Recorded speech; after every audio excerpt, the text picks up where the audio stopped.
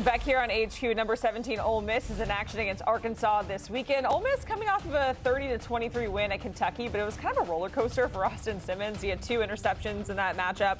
Also ran for a touchdown in a game where we saw the Rebels fall behind pretty early. They were down 10-0 before taking the lead for good late in the third quarter. For Arkansas, they're really trying to avenge that embarrassing loss from last season. Remember, Ole Miss won 63-31. That was matching the most points that the Rebs have scored in an SEC game. So we'll see if Arkansas can maybe keep it a little bit more competitive this go around. Let's welcome back Chip Patterson and Brandon Marcello here. Guys, Austin Simmons, I want to start there. Kind of an iffy game. I kind of laid out the stats there. All eyes are on him. So, Chip, what do you want to see from Austin Simmons, and what does he need to do in order to take that step forward here?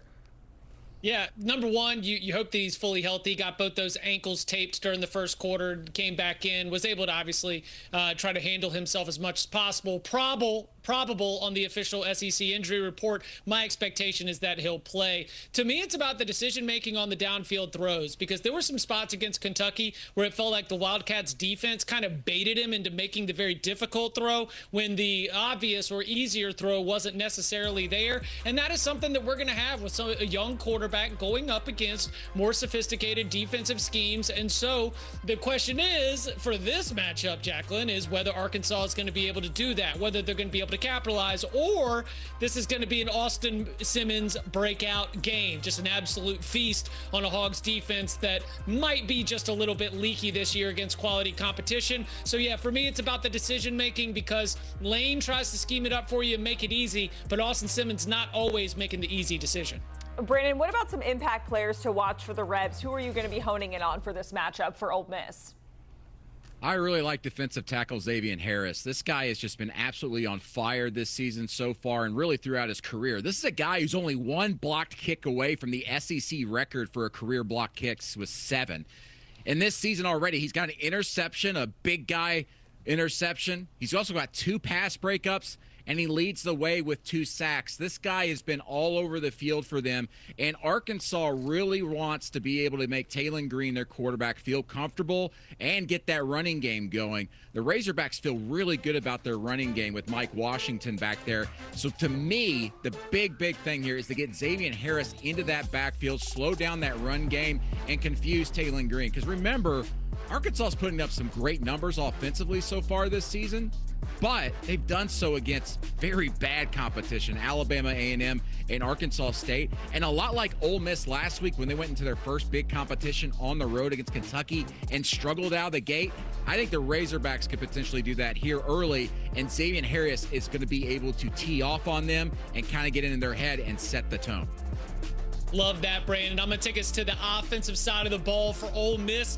Looking at running back Kewan Lacey. Now, not only is Lacey currently leading the SEC in both rushing and rushing touchdowns with 4 scores on the ground already this season, but how about this? According to our friends from Pro Football Focus, Kewan Lacey leads the whole daggum nation in missed tackles forced. 21 different times so far through 2 weeks of football. A defenders thought they had Lacey wrapped up, and he's wiggled his way on out to go extend for a couple more yards. Love his shiftiness, love his ability to be productive, and so the easiest way to take some pressure off of Austin Simmons is going to be able to get that ground game going, and Lacey is the primary back to watch. Brandon, you mentioned Taylon Green, so I want to talk about him. He's been a bright spot there for Arkansas, completing nearly 72% of his passes, 561 yards, 10 touchdowns through 2 games. And his OC, Bobby Petrino, who once upon a time coached Lamar Jackson during his college days at Louisville, has been drawing some comparisons. Do you see it? You know, a little bit, but Taylon Green's his own guy. I think he's a little bit more prone to mistakes than we saw with Lamar Jackson back when he was at Louisville. The thing with Taylon Green is that he's had to break in a whole new receiving corps this year. I mean, he lost 7 top pass catchers from last season, and yet he's been able to throw 10 touchdowns, which co-leads the nation heading into this week.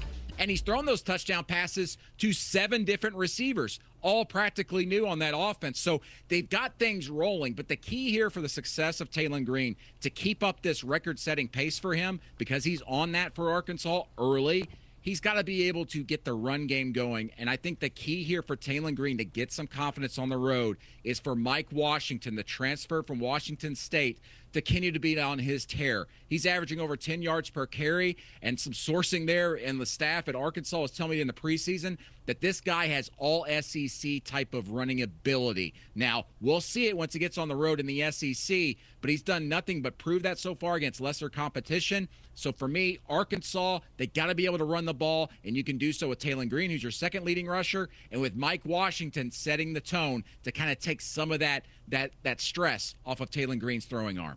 And you know what, guys, in terms of impact player to watch, both of you guys, no surprise, have Taylon Green. So, Chip, what kind of game does Taylon Green need to have in order to get a win here? Does he really need to unleash that dual threat ability, or does it need to be kind of a perfect game? What do you need to see from him for Arkansas to keep this thing competitive and not be anywhere close to what we saw last season with these two teams?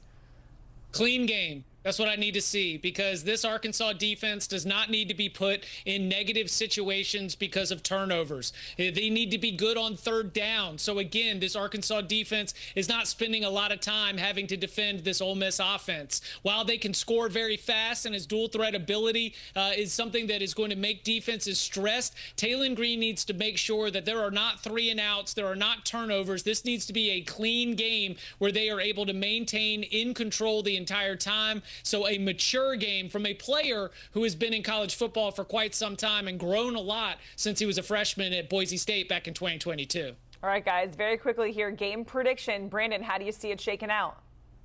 I think these offenses are going to go back and forth in the third quarter. Ole Miss is going to pull it out, winning by single digits.